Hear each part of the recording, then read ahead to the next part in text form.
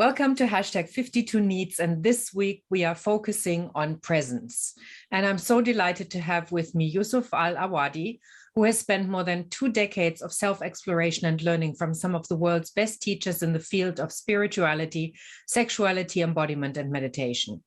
Going from engineering to entrepreneurship to being a spiritual and embodiment coach, Yousuf connects both conscious and unconscious mind through breathwork and body movement with the intention of facilitating more alignment between body, mind, and spirit.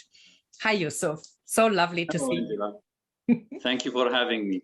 Okay, well, then let's get present. And we're not going to talk about the presence on social media or the invitation where they say your presence is required, but we're talking about presence of being really with someone, the need for presence, right? Okay. And you have great experience with that. I mean, breath work is a fabulous way to get really present, isn't it? It is. It is one way of being present, as there are so many other ways as well. Okay, well, then you're going to tell us all about those, I'm sure. Yes, the direction of your questions will direct the conversation. Okay, well, it's a conversation between both of us. So the presence between us will create where we're going. Okay. I have no expectations where this will go. Then I'm curious. Okay, all right. Well, curious is always good for presence, isn't it? It is one of the elements of presence when you're really curious about the present moment. Okay, so what are the other elements? Gratitude could be one. Happiness, joy, a state of joy. Alertness, if you're in a state of fear or caution. So if someone scares you suddenly, you could be in a state of sudden presence and alertness.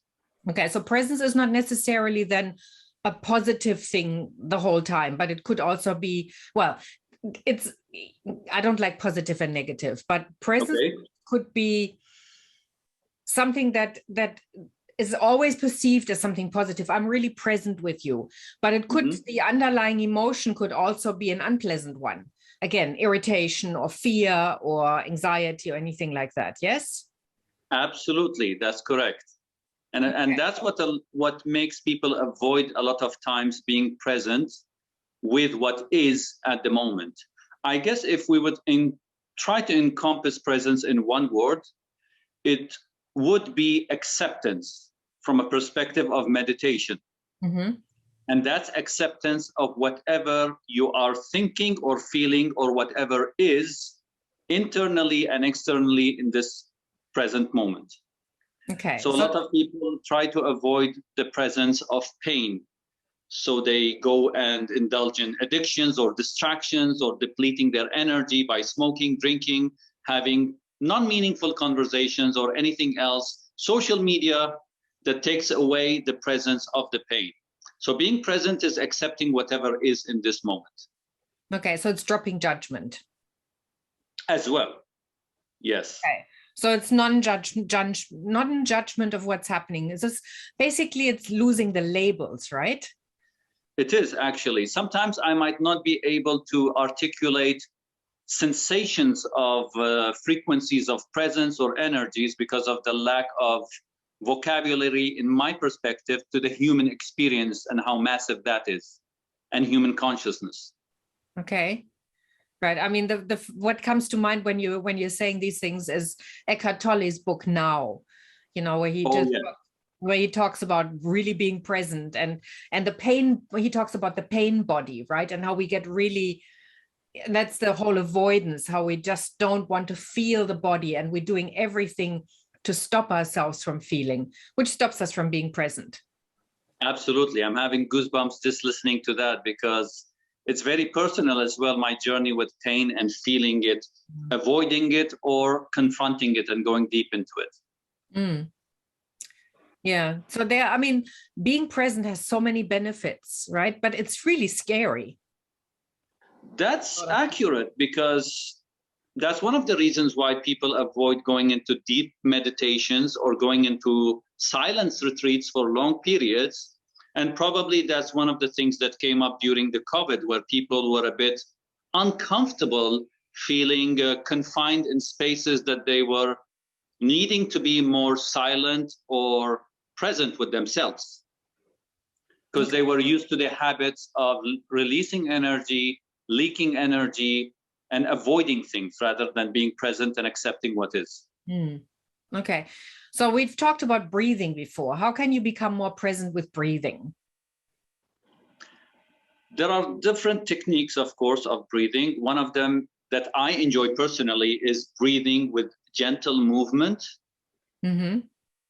and being aware of your breath as you're inhaling and exhaling from your nostrils or your mouth, and enjoying the rhythm of the flow, however your body enjoys the movement in that moment. And I don't know, I'm sure you're aware of 5 rhythms. We had this discussion previously. I'm a big fan of body movement and breath work at the same time. When you combine the two, for me, it's like the masculine and the feminine uniting in the body, and you're so present. And sometimes you are so present that you feel electricity moving and energies moving in your body.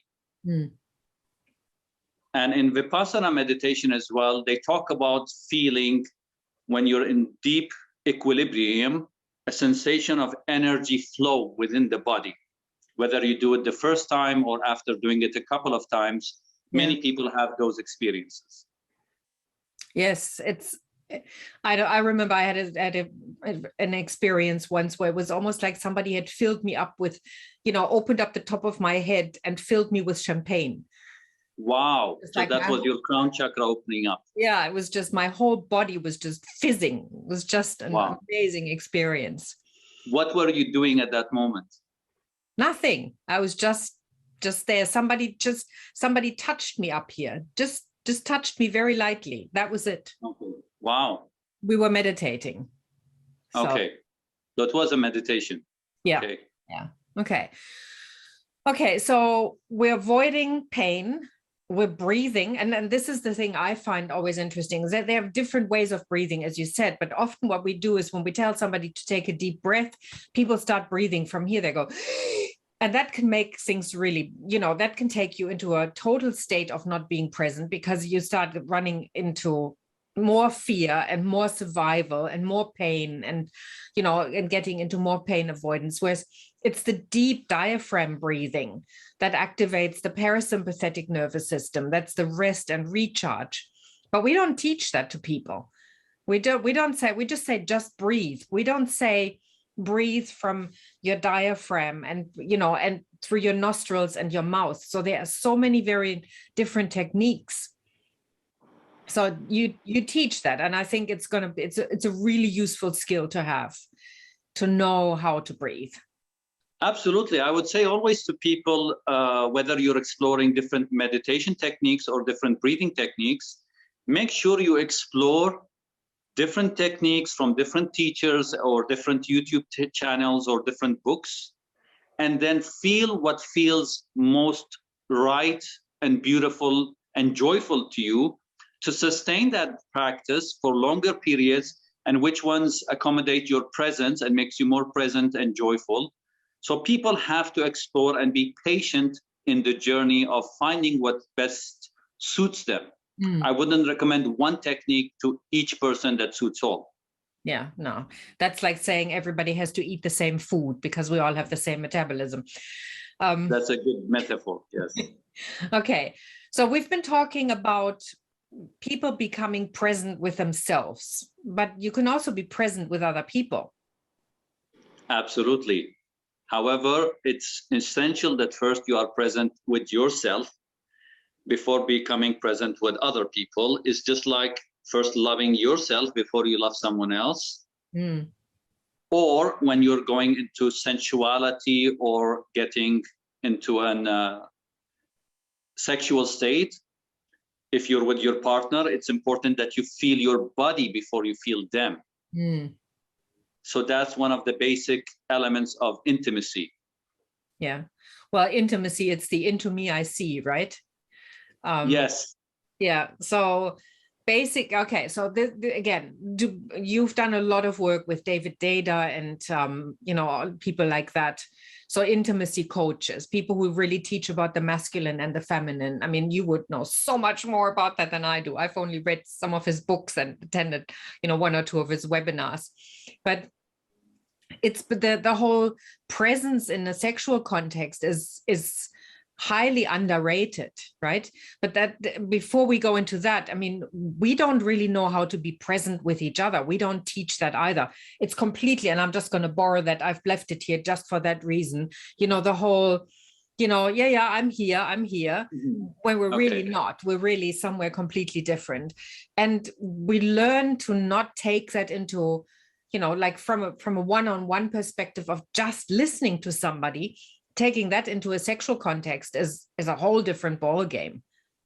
Absolutely. So it's important, as you said, to first be present with oneself, and that would be through the breath and the sensations that you feel in your body, and the awareness of the whole process of breath and body. Mm-hmm. So when your awareness and your breath and body is present, then you can move into being present with the moment and what's in your surrounding, from voices or beautiful fragrances or whatever that is. And then with the other people in the space or the person you're wanting to connect with. Yeah. There are so many, again, with the senses. I mean, you were just saying, like a sense, or the same when I know that when I'm really present, colors are more intense. Sounds are more vibrant. Smells are more intense. And I know that I generally have a really good presence when it comes to smelling things. And I will smell things and I will go, wow, isn't that amazing? And people around me will go, what? And I'll go, that smell. Or I can smell my neighbors cooking something and I go, and I will say, oh, you had some lovely last night. And they went, how did you know that? Well, because the cooking smells were wafting over. Well, that is the positive, or not the positive again, that is the joyful state of presence. Again, there are states of presence that could be in the moment because of whatever happens physically or in the environment that could feel unpleasant as well. And it's also important to master those moments so you could be a more holistic person in terms of being present moment to moment most of the time. Okay. So again, we're talking about the judgment, right? Yes, and the acceptance of whatever is. So the state that you spoke about, where you were feeling more intense colors and more beautiful fragrances in the space, or your taste buds were more sensitive to whatever you were eating, is a beautiful state that you enjoyed. And if we would compare that to a state where you tasted something a bit sour or bitter that you wouldn't like usually, and you would feel reactive to that rather than being present with it and saying, okay, I don't like this. So it's not having any attachment with presence to one-sided dimension of life as an experience. Okay, so I can acknowledge that I don't like something, and I can acknowledge that I like something, but then I let go and just say, okay, it is what it is. Yes. Okay. Well done. Excellent. Okay. Which is very difficult, by the way, and it takes years to practice. Oh, yeah. And I can tell you, I'm work in progress. Yes, me too. Me too. All right. So basically, the one thing that I've been thinking of is that there are certain activities that you can do that really create presence, right? Like dancing. I mean, you and I both love 5 rhythm dancing. Absolutely. For me, it's just one of them. Again, it's not joyful. It can be really irritating. It can bring up all sorts of emotions in all sorts of different ways. But it's the ability to just feel it and then let it go. But you can also become present, or I can. And no, that's one thing I can't. Painting is not something that I do to get presence. I mean, that's just something that doesn't work for me. But writing certainly does. Got it. Used to be making music when I was a child. Wow. What kind of music? I used to play the recorder. and the guitar. And but then there were all sorts of negative things attached to that. I was never going to be good enough to be a virtuoso player, and so I gave it up. But I remember as a child, I really, really enjoyed it. And I love watching people when they play music. They don't necessarily lose themselves, but they are really, you have to be in the moment when you play something that's really intricate. You have to be present, right? Absolutely. Even if you don't play it in the right tones and you have a laugh about it and it annoys everyone around you, but you enjoy the process. Yeah, exactly. Yeah. Yes. Okay. So what else do we need to know about presence? Well, it's very important what you mentioned about noticing that what exercises or practices or habits gets you more in a state of presence. Mm-hmm. In your case, it's writing, as you said. Probably it's also cooking, as I know you love cooking as well, and you're amazing in it. Dancing as well, as you mentioned. So it's very important as a human being, if you're interested in exploring presence, to explore what activities puts you in more state of presence, and what activities diminishes that light in you and you feel not aligned with it. Yeah. It's also aligned with purpose, and it's also aligned with biology, and there are many other elements that are connected to this, of course, like anything else. As an example, your diet impacts presence as well. If you're in an absolute state of homeostasis, which is one thing that meditation sometimes tries to do through the fasting process, and putting the mind in a state of equilibrium, your whole state is in homeostasis and equilibrium. So then you become more present with what is in the moment. So it's very important to explore. It's a journey of self-exploration, and a joyful one. And I would recommend everyone who is curious about their presence and to want to expand it, what is their intention? And how is it aligned with their purpose, whatever their purpose is? How is it aligned with their values? How does it empower their values? I would also ask them to look into those elements. Yeah.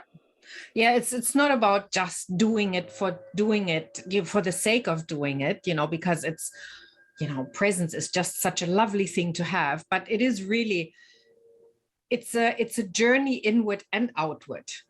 Yes, absolutely. It's about connecting with self and with others. And as you said, you have to connect with self first before you can connect with others. And I mean, the one thing that I always have to remember is that, at least initially, when learning to be present, quality is more important than quantity. Absolutely. Absolutely. I was thinking today morning about some people that crossed my mind, who I enjoyed their presence and they enjoyed my presence, and we were in harmony in the conversation, even though I don't remember their names. Yeah. And I remember the details of the conversations and the locations of them and the colors, but not their names. So their presence impacted me more than the importance of what their name or label is. Yep, I have the same issue. I mean, I have just recently met somebody where I went, okay, last time we met, we talked about this and this and this, but I'm so sorry, I can't remember your name. Mm-hmm. Yeah, it's a bit of a weird feeling, but yeah. Okay. I understand. But it is about, being present is about social skills as well. It's the ability to engage with body language, with tonality. It's about listening. There is all sorts of stuff involved in order to create presence. As well, those elements can help, but again, those elements are, in my experience, again, they're not necessary. And if I could give an example to this, I remember attending a beautiful hypnotherapy course with Stephen Gilligan, who was the direct student of Milton Erickson, extremely beautiful and humble guy. Yeah. During the 5 days of the course, he was sitting on his chair, silently gazing into us and speaking into us with almost a monotone of a conversation and presentation. However, he captivated all of our attention with only his presence. And it changed my whole concept of presentation and delivery and body language and voice modulation. And the depth of his presence and the beauty of his presence impacted my inner being, that I'm able to remember it and talk about it today. However, that doesn't minimize the importance of body language and voice modulation and how beautiful that can add value as well to the conversation. But the number one element from my experience and from learning from the beautiful people that I've learned from is presence. Yeah. Okay. Well, that's a great place to close. Okay. Thank you so much. I hope this has given everybody lots of food for thought, and consider what actually presence is important to you in your life and how you create presence for yourself and with others. Thank you so much, Yousuf. Thank you everybody else for watching and listening, and I'll see you next week.